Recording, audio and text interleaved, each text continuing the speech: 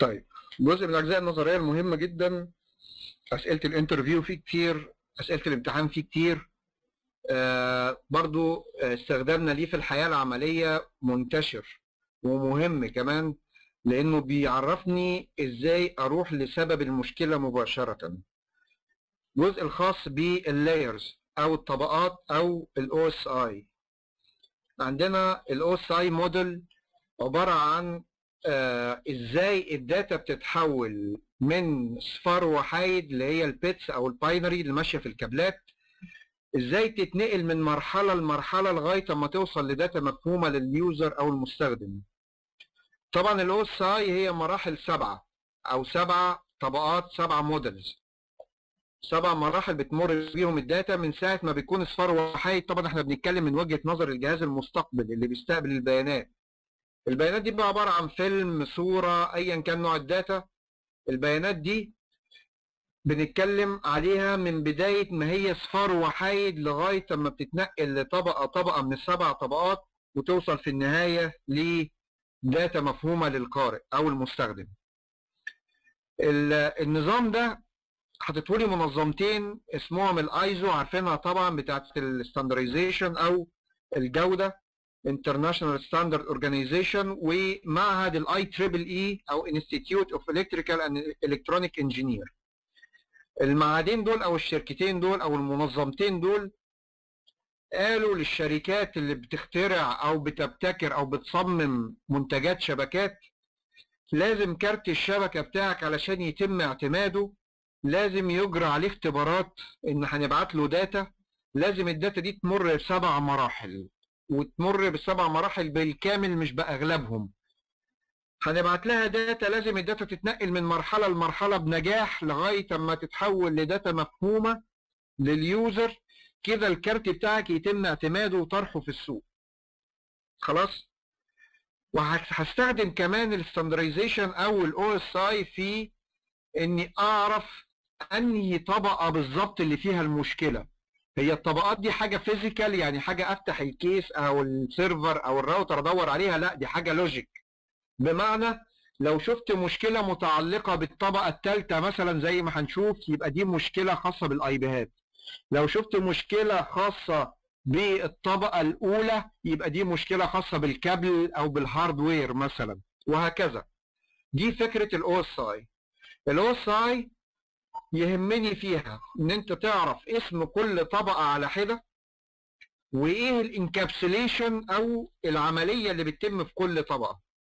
هنعمل لها جدول كده بسيط مكون من 4 اعمده: اللاير اللي هي الطبقه، والعمود الثاني الانكابسوليشن، العمود الثالث لو في ديفايسز بتشتغل على الطبقه دي، العمود الرابع ايه البروتوكولات اللي اخرها تشتغل على الطبقه دي. خلاص كده؟ طيب هنعلم دول بلون تاني علشان يبقوا مميزين بالنسبه لنا.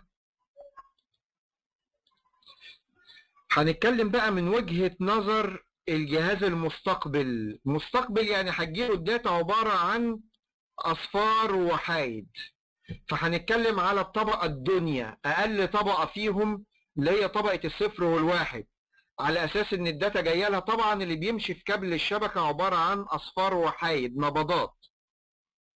فاول طبقه عندي اسمها طبقه الفيزيكال. طبقه الفيزيكال دي الطبقه المسؤوله عن الاصفار وحايد وتحويلها من صفر وواحد الى داتا الى باينري او هيكس او ديسيمال او ايا كان اللغه. فهي الطبقه اللي بتستقبل نبضات او اصفار وحيد. عشان كده الانكابسوليشن او عمليه المعالجه اللي بتتم في الطبقه دي كلمه واحده بس اسمها بيتس. خلاص؟ يبقى الداتا جايه لي اصفار وحيد، عباره عن اصفار وحيد، هعالجها واحولها ل ديسيمال او هيكس ديسيمال ايا كان، واقوم رافعها للمرحله اللي بعدها او خط الانتاج اللي بعدها اللي هي الطبقه الثانيه اللي اسمها عندي داتا لينك. طبقه الداتا لينك وظيفتها انها بتحول البيتس دي لداتا قابله للتخزين. احنا قلنا لغه نقل البيانات في الشبكه اسمها البيتس، اما لغه التخزين اسمها بايتس، او وحده التخزين اسمها بايتس. فالبيتس لا يمكن تتخزن، لازم نحولها من بيتس لبايتس. طبعا كل 8 بيتس بتساوي 1 بايت، كل 8 بيتس بتتحول ل 1 بايت. فده دور الطبقه الداتا لينك دي، انها كل 8 بيتس تحولهم لبايت عشان يتخزنوا على الهارد ديسك. الحاجه الثانيه بتعمل عمليه اسمها الفريمنج. يعني ايه الفريمنج؟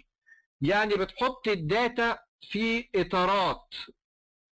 ليه؟ علشان لو تم فقد جزء من الداتا دي تطالب بتعويض الجزء ده بس، ما تطالبش بتعويض الجزء كله او الداتا كلها. وكل جزء بيتحط عليه ختم اسمه الماك ادرس.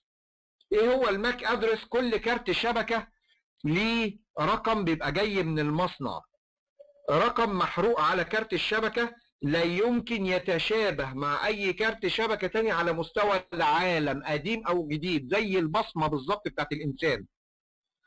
الرقم ده اسمه ماك ادرس، ميديا اكسس كنترول.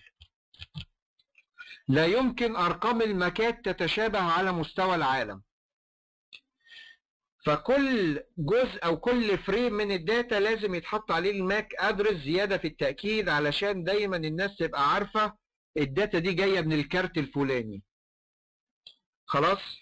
طبعا في بروتوكول وظيفته يجيب الماك ادرس. احنا حياتنا كلها بروتوكولات زي ما قلنا، لسه قايلين من شويه ان في بروتوكول وظيفته يعمل عمليه البينج. وطبعا البينج ده هننفذه عملي لما نوصل الشبكه بتاعتنا. قلنا البروتوكول ده اسمه الاي سي ام بي. اما البروتوكول المسؤول عن انه يجيب الماك ادرس هو بروتوكول اسمه الاي ار بي او الادرس ريزولوشن بروتوكول.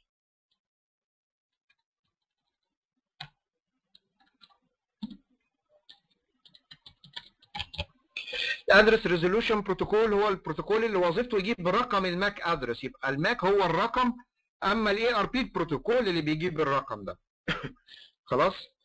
فالبيتس بتاعت الطبقه الاولى تتنقل للطبقه الثانيه اللي وظيفتها تحولها لبايتس قابله للتخزين وتحطها في فريمز او في كراتين كده، كل كرتونه عليها عنوان الماك ادرس، علشان لو تم فقد الكرتونه دي يطالب بتعويضها بس، ما يطالبش بتعويض كل الداتا.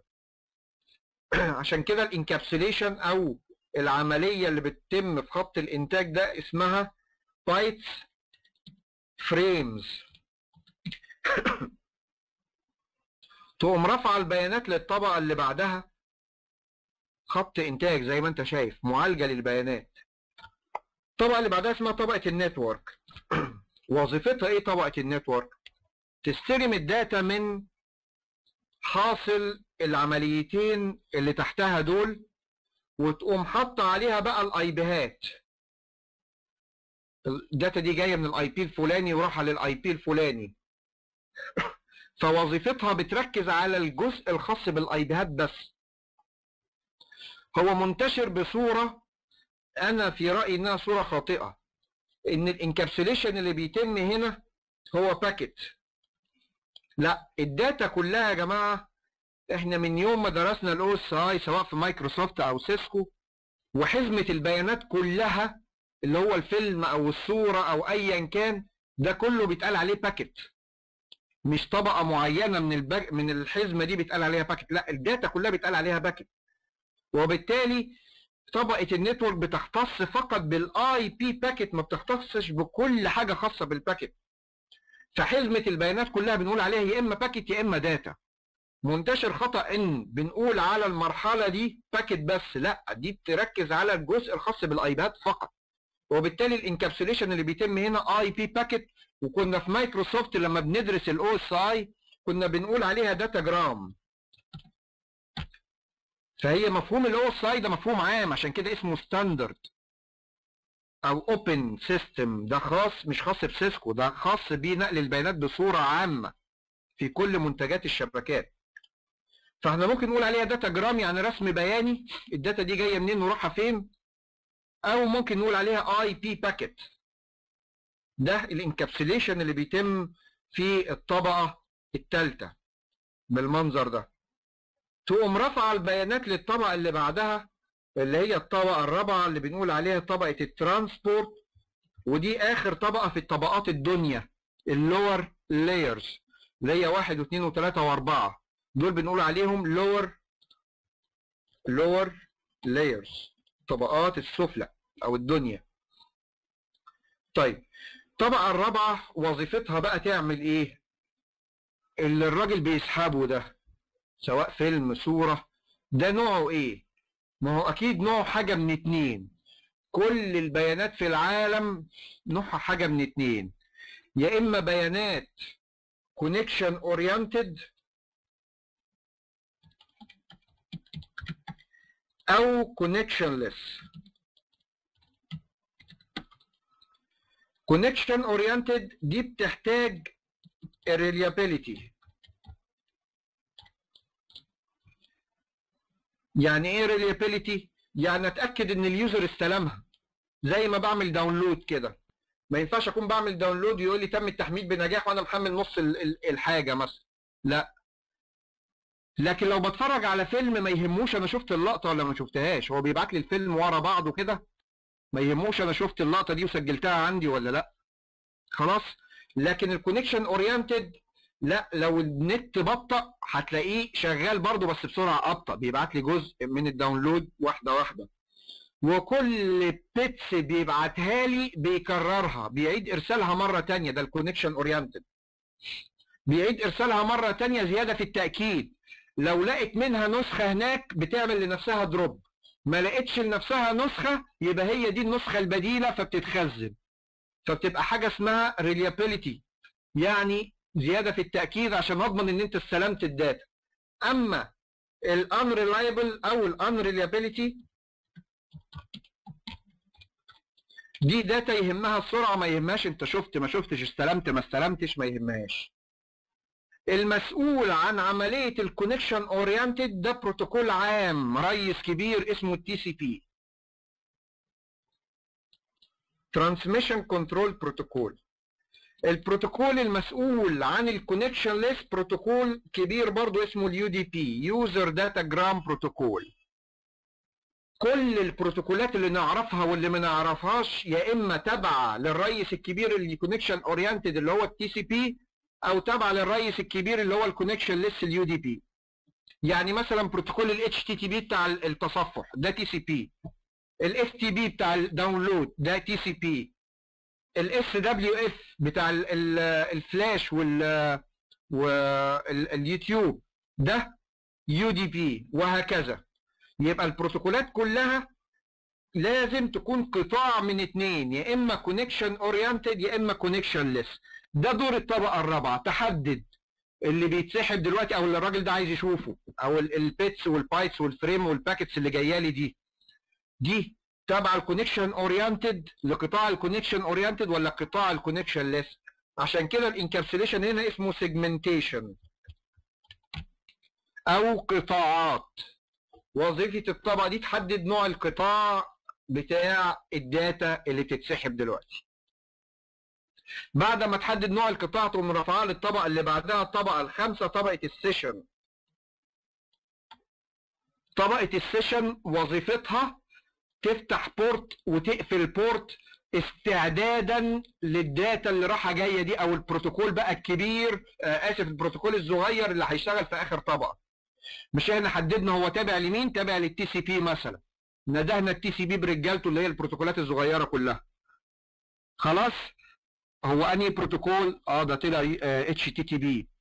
افتح له بورت 80 من دلوقتي، يقوم طبقه السيشن فاتحه له بورت 80 ومجهزاه في الفاير وول او في الويندوز. يعني تفتح له بورت 80، ومجرد ما يتم اتصال بالموقع اللي هتصفحه ده والاتش تي تي بي يفضل رايح جاي، تخلي الاتصال فيه استقلاليه، اندبندنسي.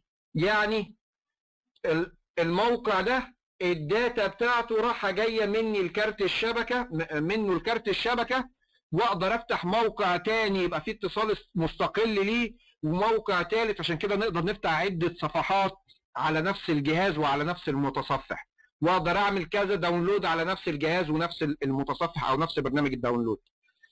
فوظيفه الطبقه دي تفتح بورت وتقفل بورت وتعمل استقلاليه في الاتصال، تخلي كل اتصال مستقل. الطبقه دي واللي بعدها، الطبقتين اللي لسه فاضلين، الانكابسوليشن فيهم واحد، يا اما بنقول عليه داتا زي ما درسنا في سيسكو، او بنقول عليه باكيت زي ما درسنا في مايكروسوفت.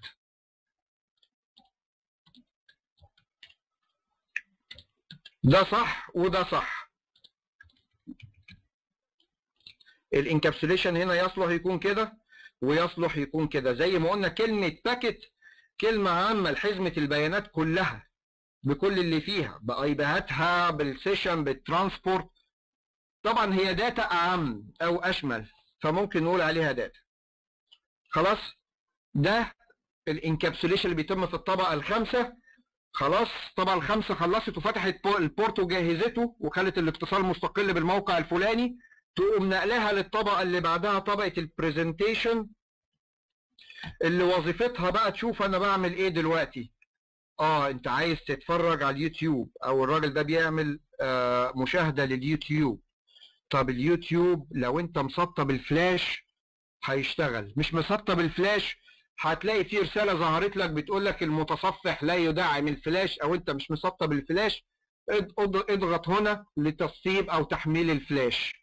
يبقى وظيفة الطبقة دي بتعمل ديتكت للامتداد بتاعك اللي انت بتسحبه دلوقتي، وتشوف ايه البرنامج اللي عندك اللي وظيفته يفهم الامتداد ده، فتستدعيه يقوم مشغل البرنامج اوتوماتيك. ما لقيتش البرنامج اللي بيفهم الامتداد، تجيب لك ايرور او تجيب لك نوتيفيكيشن يقول لك انت بتفتقد للبرنامج ده، سطبه. دي طبقة البرزنتيشن. دورها تاني، ليها دور تاني مهم، وظيفتها تحافظ على اي داتا مشفرة زي ما هي، وتحافظ على اي داتا مضغوطة زي ما هي. يعني بعت ملف مضغوط، طبعا الملف المضغوط يعني ملف واحد، جمعت عدة فولدرات وملفات في ملف واحد مضغوط. وظيفتها تتأكد الملف ده خارج من الجهاز عندي مضغوط زي ما هو، والمستقبل يستقبله ملف واحد زي ما هو. نفس الكلام بالنسبة للداتا المشفرة. دور الطبقة دي تخرج الداتا مشفرة، والمستقبل يستلمها الطبقة دي مشفرة زي ما هي، يراعي انها تفضل مشفرة زي ما هي. ده دور طبقة البرزنتيشن. اخر طبقة معايا الطبقة اللي بتعرض خلاصة خط الانتاج اللي تحت ده كله، اللي هي طبقة الابليكيشن. دي وظيفتها بنقول عليها اليوزر انترفيس، اللي بتعرض بقى خلاصة كل خطوط الانتاج اللي تحت دي. بتعرض باستخدام البروتوكول الصغير بقى اللي قلنا عليه، اللي هو البروتوكول الفرعي اللي هو تابع يا اما للتي سي بي يا اما لليو دي بي. دي طبقة الابليكيشن، بتعرض خلاصة كل اللي تحت ده باستخدام البروتوكولات الصغيرة. حتى لو ايميل مثلا، البروتوكول الصغير اللي هو البوب او الاس ام تي بي يعرض لي الداتا هنا في الطبقة السابعة. خلاص كده. طبعا في اجهزة وظيفتها تفهم لغاية الطبقة كذا وتقف. ولما اقول لك تفهم لغاية الطبقة كذا، ده معناه انها بتفهم الطبقة دي واللي تحتها. يعني لما اقول لك الراوتر مثلا لاير 3، ده معناه انه يقدر يشتغل لاير 3 ولاير 2 ولاير 1. السويتش لاير 2، ده معناه انه يقدر يشتغل لاير 1 ولاير 2. وخلي بالك ده معناه برضو ان الراوتر يقدر يقوم بدور السويتش، العكس غير صحيح. يعني ممكن الراوتر يقوم بكل المهام اللي بيقوم بيها السويتش ما يقدرش يقوم بالمهام اللي بيقوم بيها الراوتر. طيب لاير 1 كان جهاز منقرض اسمه الهب، وجهاز برضو منقرض قبل منه اسمه الريبيتر، كنا بنحطه في نهاية الكابل عشان يعيد تكرير الإشارة أو يضاعف الإشارة زي ما هي كده لما تضعف في نهاية الكابل. ده الريبيتر. فالريبيتر والهب لاير 1 آخرهم يفهموا صفار وحايد. السويتش عشان بيفهم ماك ادرس واي ار بي وعنده جدول بيخزن فيه، فارتقى بفكره وبمجهوده فبقى لاير 2 اذكى. الراوتر علشان بيفهم اللي بيقوم بيه السويتش، بالاضافه كمان انه بيفهم اي بيهات اللي هي ما بيفهمهاش السويتش، فيقدر يقوم بكل الثلاث ادوار دول، عشان كده بقى ارقى، فبقى يشتغل لاير 3. اخره لاير 3. البريدج هو السويتش، ممكن اقول على السويتش بريدج. هو اول ما تم اختراعه السويتش كان اسمه بريدج، بس كان عدد بورتاته قليله، لما كترت البورتات سموه سويتش، لكن هو نفس السويتش اول ما تم اختراعه. حتى لما ندخل على سطر الاوامر بتاع السويتش لما ندرس السويتشنج ان شاء الله، هتلاقيه اسمه بريدج مش سويتش. خلاص كده؟ طيب يبقى دي فكره الاجهزه. ما عنديش اجهزه بقى تشتغل على بقيه اللايرز. امال جهاز الكمبيوتر ايه؟ طبعا جهاز الكمبيوتر هو رئيس كل الاجهزه دي، بيشتغل على السبع لايرز، لان كارت الشبكه ده بيركب في جهاز كمبيوتر او في سيرفر يقدر يفهم السبع لايرز. عشان كده جهاز الكمبيوتر اقدر احوله الراوتر، اقدر احوله للسويتش، اقدر احوله لاي جهاز تاني. جهاز الكمبيوتر فعلا اقدر احوله الراوتر، بندرسها في مايكروسوفت، واقدر احوله للسويتش. لو ضفت له كذا كارت شبكه اقدر احوله للسويتش عادي جدا. عشان كده هو اذكى الاجهزه، عشان كده هو الوحيد اللي بيفهم السبع طبقات. اوكي كده؟ طب نيجي للبروتوكولات. في بروتوكولات لما اقول لك دي لاير 1 يعني اخرها الطبقه دي. بالنسبه للاير 1 مفيش بروتوكول معين سوفت وير، فبنقول على الكابل بروتوكول، وبنقول على الار جي بروتوكول، بنقول على الجهاز نفسه بروتوكول، اي حاجه فيزيكال بنقول عليها بروتوكول. خلاص؟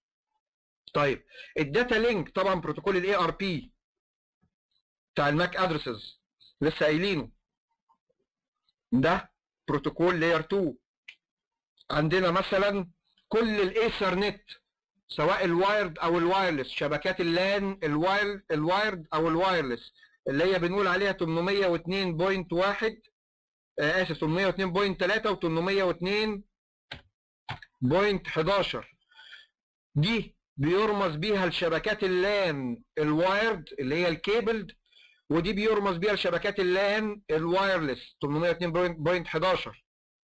لما اقول لك الشبكه عندي او الشركه شغاله على 802.3 يعني كلها كيبل، كلها كابلات.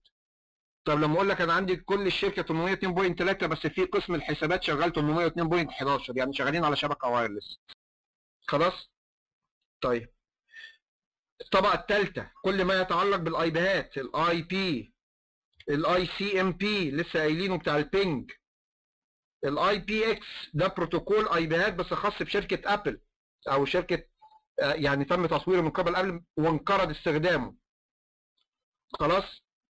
طيب الطبقة الرابعة البروتوكولات اللي فيها مش بروتوكول معين، دي عائلة البروتوكولات، يا اما تي سي بي يا اما يو دي بي. الطبقة الخامسة حد يسمع عن الاس كيو ال، لغة الكويرينج او الداتابيز الشهيرة، دي بتشتغل لاير 5.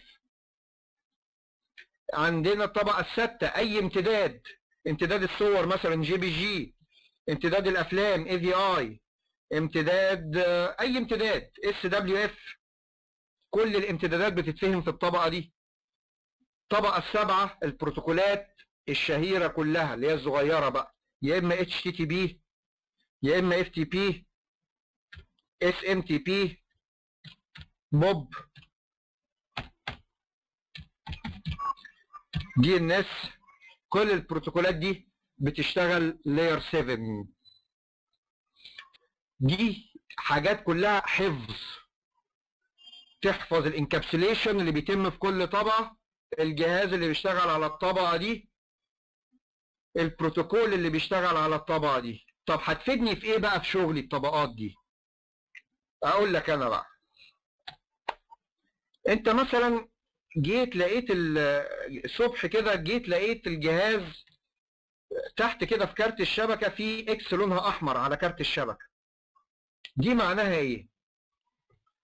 في ناس ممكن تسطب الويندوز من جديد، تفرمت وتنزل ويندوز، وفي ناس هتقعد تشيل تسطيب برامج وتسطب برامج من جديد، وفي ناس هتتصل بتي داتا او شركه الانترنت ويقول له اطفي الراوتر وشغله تاني والحوارات دي. لا، علامه الاكس الحمراء دي هتخليني اتوجه على طول للاير 1. دي مشكله فيزيكال، مشكله هاردوير، يا اما الكابل مفصول يا اما السويتش مطفي، يا اما الكابل مفصول يا اما السويتش مطفي او الار جي مكسور، دي حاجه هاردوير.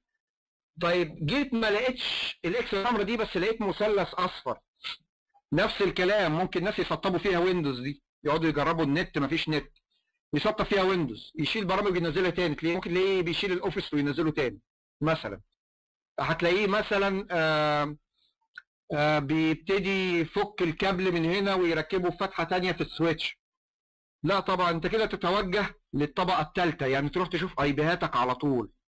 مشكله كده، مشكله لاير 3 طبقه ثالثه، مشكله اي بيهات، يا اما دي ان اس مش مكتوب، يا اما الراوتر مش طالع على الانترنت، او اي بيهاتك غلط، فدي مشكله لاير 3 وهكذا. طيب جيت تدخل على موقع شغال عند زمايلك زي الفل على جهازك، انت جيت تفتحه لقيت الفيديو مش شغال، هتعمل ايه؟ طبعا في ناس هتقعد تشيل المتصفح وتسطب واحد جديد، في ناس هتبتدي ممكن تسطب ويندوز برضو. لا المشكله لاير 6، يعني البرنامج اللي بيشغل الفيديو ده مش متسطب عندك، اللي هو الفلاش مثلا، فتحتاج تسطيب الفلاش، فانت كده رحت اللاير 6 على طول. هي نفس الفكره. طبعا مع الممارسه ومع الوقت بنعرف ازاي نستخدم اللايرز في ان احنا نتوجه للطبقه او المرحله اللي فيها المشكله. الاو اس اي بتستخدم في الشبكه الداخليه، لكن بمجرد ما الراوتر بتاعي او بمجرد ما اروح اكلم حد على الانترنت كده كله على بعضه بيستخدم وسيله تانية في عمليه الانكابسوليشن، بيستخدم موديل تاني او لايرز تانية اسمها تي سي بي موديل. هي بالظبط الاو اس اي، بس مجموعه الطبقات بيجمعها في طبقه واحده. يعني مثلا الطبقه الاولى والثانيه بيجمعهم في طبقه واحده، اللي بيتم او الانكابسوليشن اللي بيتم في الطبقتين دول كل واحد على حده، لا ده بيتم في طبقه واحده في التي سي بي. اللي بيتم في الطبقه الثالثه بيتم برضه في طبقه لوحدها في التي سي بي. اللي بيتم في الطبقه الرابعه والخامسه والسادسه او الخامسه والسادسه والسابعه بيتم في طبقه واحده في التي سي بي. فهي بس الفكره انه بيجمع المهام او الانكابسوليشن ويقوم بعمليه واحده بس في الطبقه دي، فيجمع عده طبقات ويقوم بعمليه واحده. الانكابسوليشن اللي بيقوم بيه ده يخلص بيه على عده طبقات مره واحده، بمعنى ان هم كلهم 4 طبقات. الطبقه هنخليها كده، هنعمل له سبليت.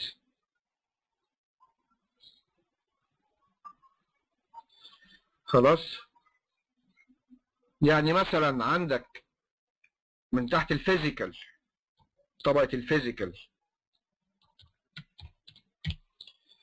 وطبقة الداتا لينك، دول في التي سي بي اسمهم نتورك. خلاص كده. طيب هنا طبقة النتورك اسمها هنا انترنت، دي لوحدها.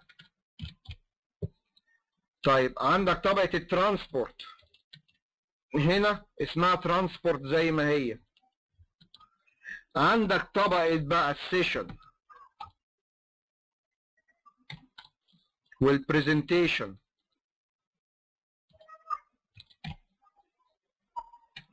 والابليكيشن، دول الثلاثة اسمهم هنا ابليكيشن.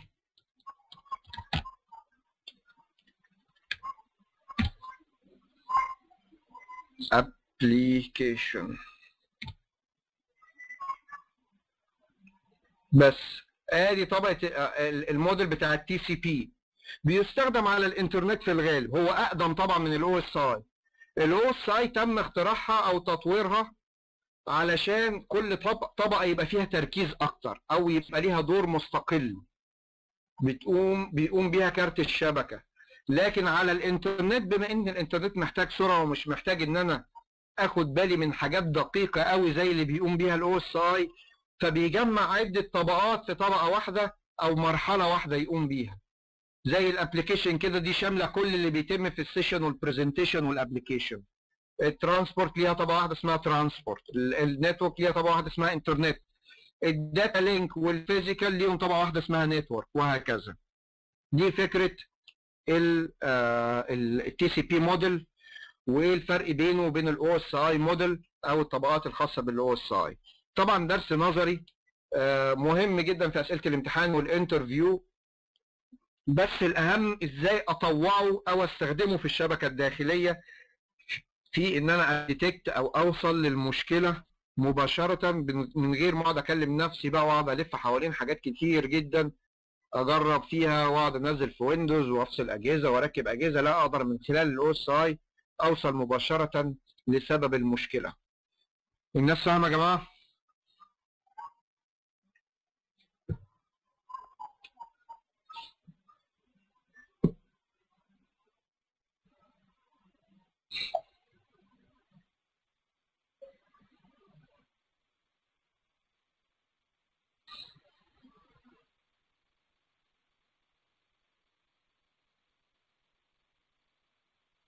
طيب في اسئله النهارده؟ حد عنده اسئله؟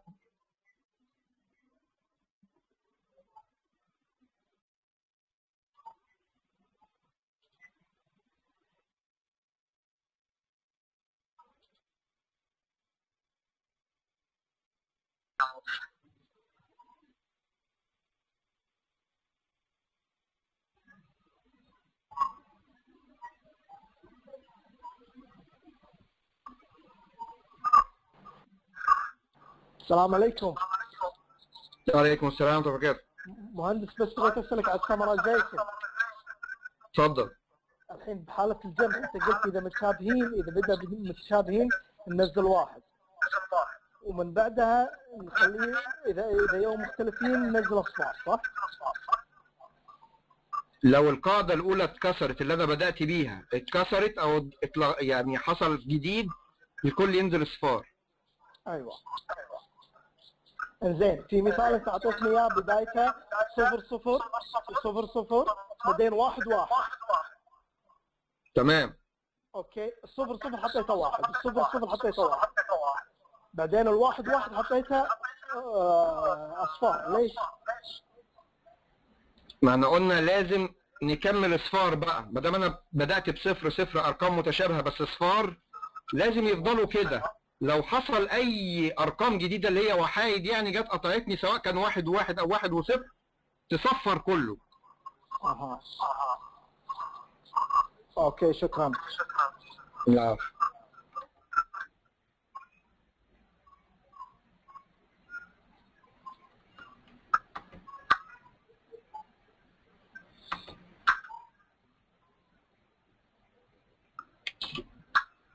يا جماعه مين عنده اسئله؟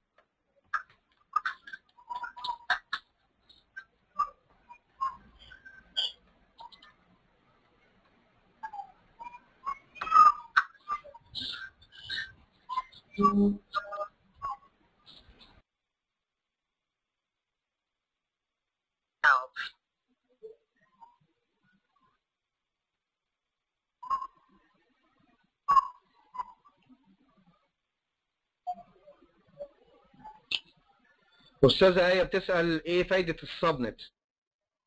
طبعا السبنت الغرض منه ان انا اقلل رسائل البرودكاست، لان رسائل البرودكاست مضره لو زادت عن الحد.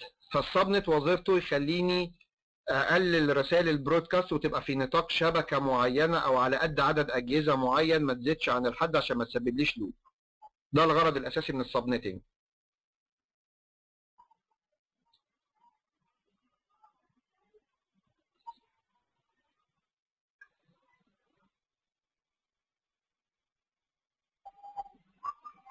احنا ما نعرفش اسئله الاو اس اي كام سؤال في الامتحان، الحاجات دي مش ثابته.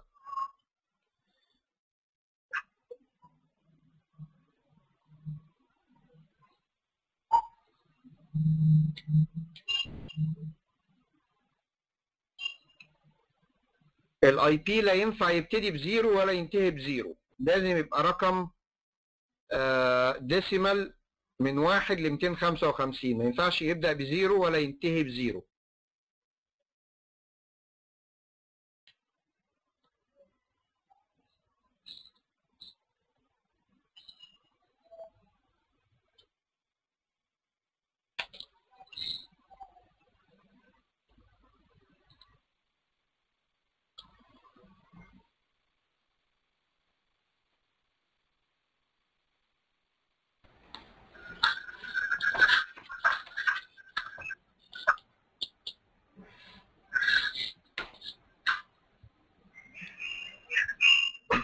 طيب عايزين بقى نتكلم على الباكيت تريسر، او هنتكلم بقى على الباكيت تريسر او البرنامج اللي هنستخدمه في شغلنا علشان عايزين نجرب بيه جزئيه المجموعه من الاجهزه ببعض ونتاكد فعلا اذا كانوا شايفين بعض ولا لا. البرنامج اللي هنستخدمه اسمه الباكيت تريسر، وده برنامج تقدر تنزله من صفحتك على سيسكو اكاديمي، وانا بعت لكم اللينكات بتاعتهم بالفعل تقدر تعملوا داونلود. برنامج عباره عن سيميليتر هو والجي ان اس 3، بس الجي ان اس 3 اعقد شويه مش هنتكلم عنه دلوقتي، هنتكلم عنه في وقته. مبدئيا هنتكلم على الباكيت تريسر اللي هيمكنني ان انا اوصل بقى عده رواتر وسويتشات واجهزه كمبيوتر واجرب عليهم كل اللي انا بدرسه. الباكيت تريسر برنامج تسطيبه سهل جدا، نكس نكس نكس بيتسطب معايا، بينزل معايا في اول بروجرامز. هتلاقي عندك هنا حاجه اسمها سيسكو باكيت تريسر اهو، سيسكو باكيت تريسر بتشغله كده.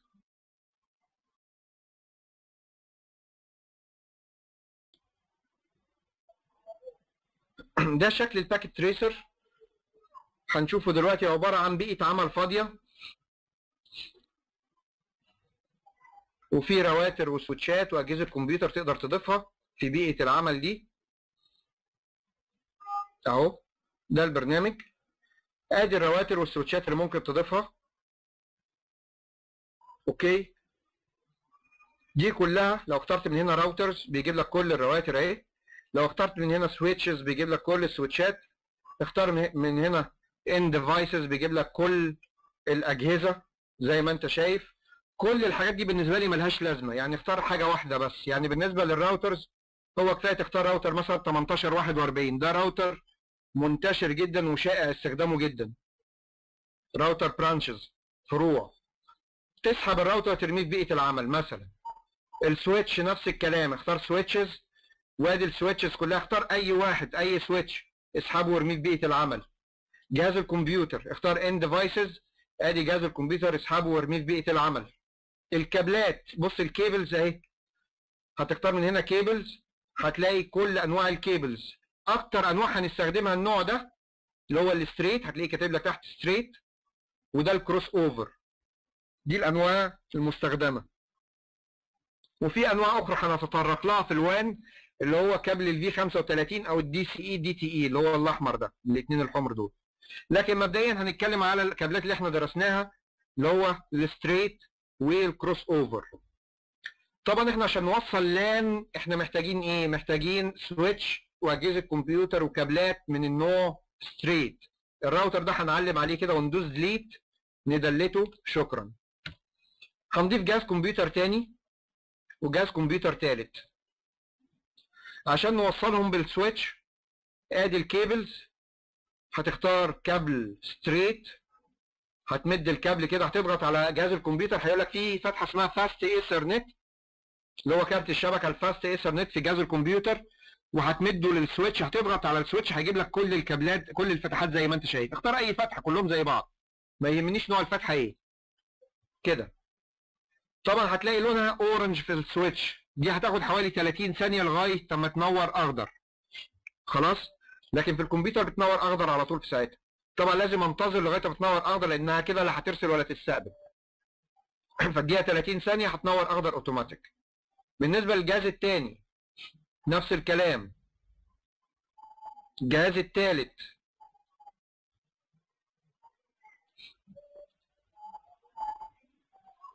كده وصلنا الاجهزه، 3 اجهزه هنكتب لهم اي اي بيات من السبنت بتاعنا، مثلا السبنتس اللي احنا اشتغلنا عليها النهارده اللي هي مثلا دي مع الماسك ده اللي هو 19. هنختار اي بيات مثلا 10 90 64 1 و2 و3. طبعا مش لازم الترتيب، علشان نكتب الاي بيات في كارت الشبكه زي ما قلنا في خانتين اساسيين ما ينفعش يتسابوا فاضيين، الاي بي والماسك. اي بي وماسك زي كارت الشبكه الحقيقي بالظبط.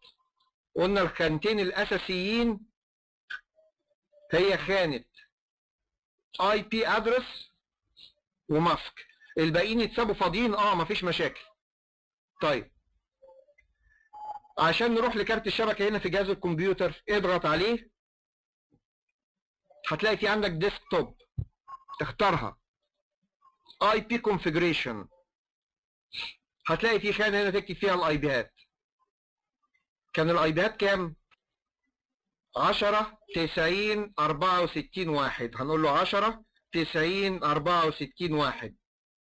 مجرد ما هتدوس تاب هتلاقيه شاف لوحده الاوكتت الاول، فهيفترض من عنده ان انت عايز تكتب الديفولت ماسك بتاع كلاس A، لانه لقى الاوكتت الاول مكتوب فيه رقم من 1 ل 126، فهيفترض ان انت عايز تكتب الديفولت ماسك لكلاس A. طبعا هقول له خليك في حالك وهكتب الماسك بتاعنا اللي هو 255 224 0. تمام كده، دول الخانتين الاساسيين اللي انا محتاجهم. نروح للجهاز الثاني 10 90 64 2 على نفس الماسك.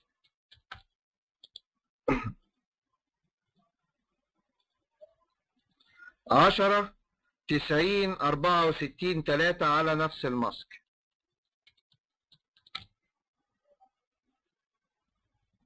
جميل قوي كده. كده كتبنا الايبات للاجهزه.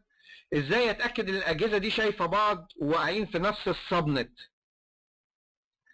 عندي هنا في الجهاز الحقيقي لازم نعمل عمليه اسمها البينج، من خلال ان انا بروح لسطر الاوامر اللي هو الشاشه السوداء، شاشه دوس السوداء، ودي بقدر اوصل لها من خلال سي ام دي. بكتب سي ام دي هنا وادوس انتر، او ممكن اوصل لها من خلال all programs accessories، بلاقي هنا command prompt اللي هي السي ام دي، بختارها بيفتح لي الشاشه السوداء دي، شاشه دوس المعروفه بالنسبه لنا. وبعمل ايه بقى؟ انا عندي جهازي علشان اجيب الاي بي ادرس بتاعه بروح على كارت الشبكه بالماوس كده، ده كارت الشبكه الوايرلس، بضغط عليه دبل كليك وديتيلز، بيقول لي انت اي بيك 192.168.1.101. جميل. الراوتر طبعا الراوتر زيه زي جهاز الكمبيوتر بياخد اي بي من نفس السبنت عادي جدا. انا عندي الراوتر اللي هو يعتبر جهاز كمبيوتر تاني، يعني اي بي هو 192.168.1.1. عايز اعرف جهازي جهاز الكمبيوتر شايف الراوتر ولا لا، ببنج عليه. يعني ايه؟ هقول له بينج، بينج ده يعني انده عليه، هقول له بينج 192.168.1.1 وادوس انتر. لو جالي ريبلاي زي ما انت شايف، بص بيقول لك ايه؟ ريبلاي فروم، يعني جاي لك رد من 192.168.1.1 الشخص اللي انت بتنده عليه. معنى رد من يعني شايفني، يبقى كلمة جاي لك رد من ده معناه انه شايفني بيرد عليا، وجايب لك الرد 4 مرات زيادة في التأكيد. خلاص؟ يبقى دي فكرة البينج. نفس الكلام هنا، هضغط على الجهاز، بدل ما هروح المرة دي الاي بي كونفيجريشن هروح للكوماند برومبت الشاشة السوداء اهي، وهقول له بينج 10 90 64 3 مثلا، انده على الجهاز الثالث. بص جايب لي نفس الرد اهو 4 ريبلاي، بيقول لك ريبلاي فروم فلان اللي انت بتنده عليه. طيب لو انا بنده على حد مش موجود زي مثلا بينج 64 8، بص كده هيجيب لي رساله سلبيه شهيره جدا اسمها ريكويست تايمد اوت. دي رساله سلبيه معروفه، معناها ان الشخص اللي انت بتنده عليه يا اما مطفي يا اما في صبنت تاني غير الصبنت بتاعك. تمام؟ ممكن يكون جهاز موجود بالفعل وفي نفس الصبنت بس الجهاز مطفي مش شغال. وهنا على الجهاز الحقيقي، بص على الجهاز الحقيقي لو انا بنكت مثلا على 190، بص هيجيب لي نفس الرساله. هنا في رساله سلبيه تانية ايه الناس هتفتكرها ريبلاي، لا كمل قرايتها، هيقول لك ديستنيشن هوست انريتشبل، الهدف مش عارف اوصل له. بص جايب لك رد منين؟ بيقول لك جهازك انت جهاز الكمبيوتر بيرد عليك بيقول لك مش عارف اوصل. فانت عندك رسالتين سلبيتين معروفين، يا اما ريكويست تايمد اوت يا اما ديستنيشن هوست انريتشبل. دول معناهم ان الهدف مش شايفك او انت مش قادر توصل له بسبب ان واقع في صدن التاني بقى، بسبب ان الجهاز مطفي ايا كان. خلاص. طيب عايزين نترجم امر البينج. بص، اولا عايزين نبنج على yahoo.com.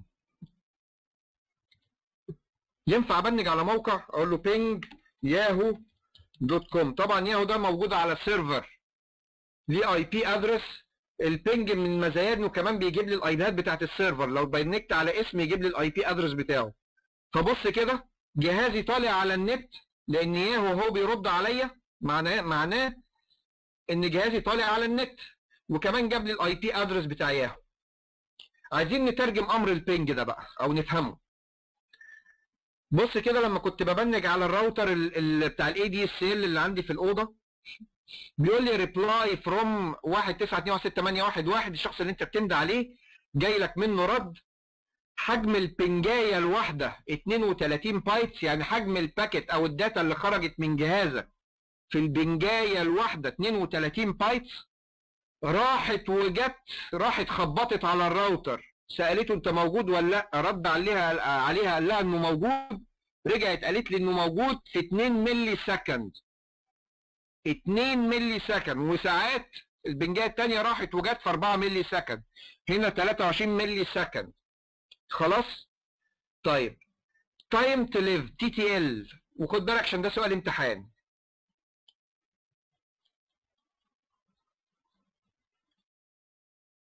كل ده احنا خلصناه النهارده.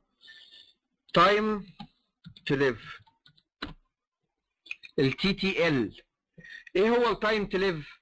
لو انت بتبنج على جهاز كمبيوتر الرقم ده هيبقى عشوائي، جهاز كمبيوتر او سيرفر. اما لو بتبنج على راوتر، لا، الرقم ده ليه مدلول مهم جدا، راوتر سيسكو يعني. الرقم ده لو انت بتبنج على راوتر هيبتدي يعد من 255 وانت نازل. اول راوتر في طريقك هيبقى 255. طب لو اداك 253 ده معناه ان انت عديت على اول راوتر 255، تاني راوتر 254، تالت راوتر 253. يبقى معنى كده ان في بينك وبين الراوتر اللي انت بتبنج عليه راوترين. تاني، التايم تو ليف لو جالك ارقام عشوائيه كده تعرف ان انت بتبنج على جهاز كمبيوتر او سيرفر، ما تهمنيش. انا يهمني لو ببنج على راوتر. لو بتبنج على راوتر ده معناه انه هيبتدي يعد من 255 وانت نازل. اول راوتر هيجيب لك 255. لو الراوتر ده هو اول راوتر في طريقك مفيش بينكم رواتر يبقى 255. طب لو تاني راوتر، يعني عشان الرقم اللي انت بتبنج عليه ده الاي بي بتاع مش الراوتر اللي بعدك على طول، لا اللي بعده، يبقى 254. طب جاب لك 250 ده معناه ان في بينكم 4 رواتر وهكذا. فهمنا الفكره؟ ده سؤال امتحان. يبقى الارقام من 255 في التايم تو ليف دي، من 255 وانت نازل، دي خاصه بالرواتر فقط. دي ترجمه امر البينج. خد بالك كده معايا في التايم في وانت بتبنج على ياهو تلاقيه وانت بتبنج على الراوتر اللي معاك في الاوضه راح وجه في 4 ملي سكند، لكن هنا راح وجه في 250 ملي سكند. ما هو ياهو مش فاتح تحت البيت، ده راح عدى على عده سيرفرات وعده رواتر لغايه ما وصل لياهو، فاخد وقت. لكن التاني جنبي في الاوضه فيدوب راح وجه في جزء من الثانيه زي ما انت شايف. طب عايز اعرف هو عدى على كام راوتر بالظبط لغايه ما وصل لياهو. امر التريس راوت، تريس ار تي، على الويندوز اسمه تريس ار تي، لو بنفذه على راوتر زي ما هنشوف في الرواتر اسمه تريس راوت. خلاص. تريس ار تي واكتب yahoo.com، انتر. طبعا اول راوتر هيجيبه لك بتاع الاي دي اس ال اللي عندك في الاوضه، ده اول راوتر هعدي عليه اهو 192.168.1.1. تاني راوتر بتاع البروفايدر في السنترال. يفضل يعد كده لغايه اما يجيب لك تريس كومبليت ويجيب لك بيانات كل الرواتر اللي انت عديت عليها لغايه ما وصلت للهدف. ننتظر كده.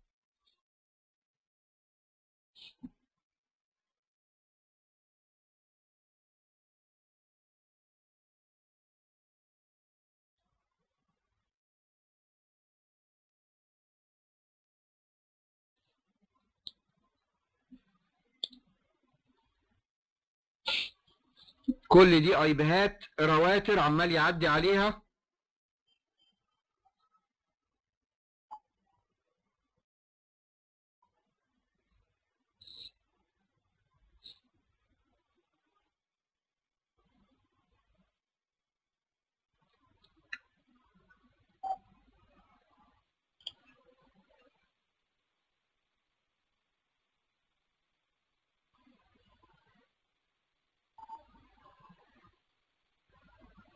جاب لي ايه تريس كومبليت، وجاب لي كلهم 21 راوتر.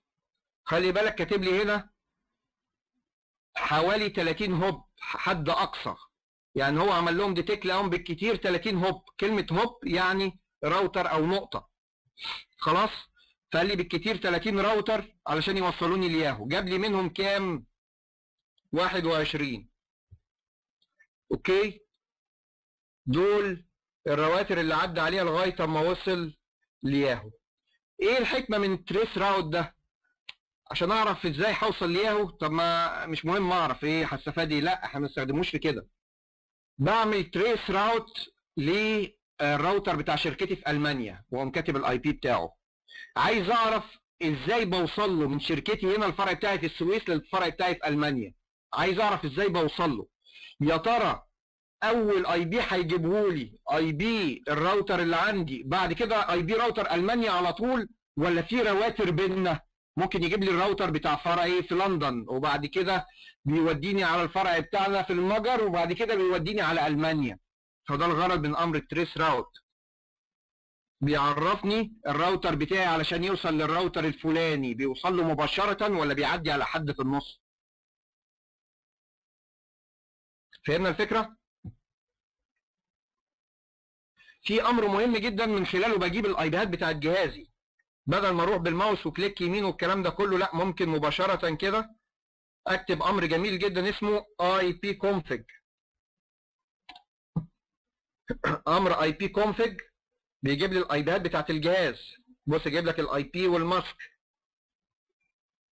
ولو قلت له ipconfig/all يجيب لي كل حاجه بما فيها الماك ادرس. فاكرين الماك ادرس اهو؟ الماك ادرس اسمه الفيزيكال ادرس ومكتوب بلغه الهكس ديسيمال، النظام السداسي 10 اللي هي الارقام من 0 ل 9 والحروف من A ل F، عددهم كلهم 16. ده هو النظام السداسي 10 اهو. ده الماك ادرس، ولا يمكن كارت شبكه يتشابه مع الماك ادرس بتاعي على مستوى العالم. يبقى ده الاي بي كونفج على اول، بيجيب لك الاي بيات بالاضافه للماك ادرس. نبقى كده عرفنا ترجمه امر البينج، وعرفنا الاوامر المستخدمه في التتبع امر التريس، وعرفنا الامر الخاص بمعرفه اي بيات جهازي. كده نبقى انتهينا من محاضره النهارده.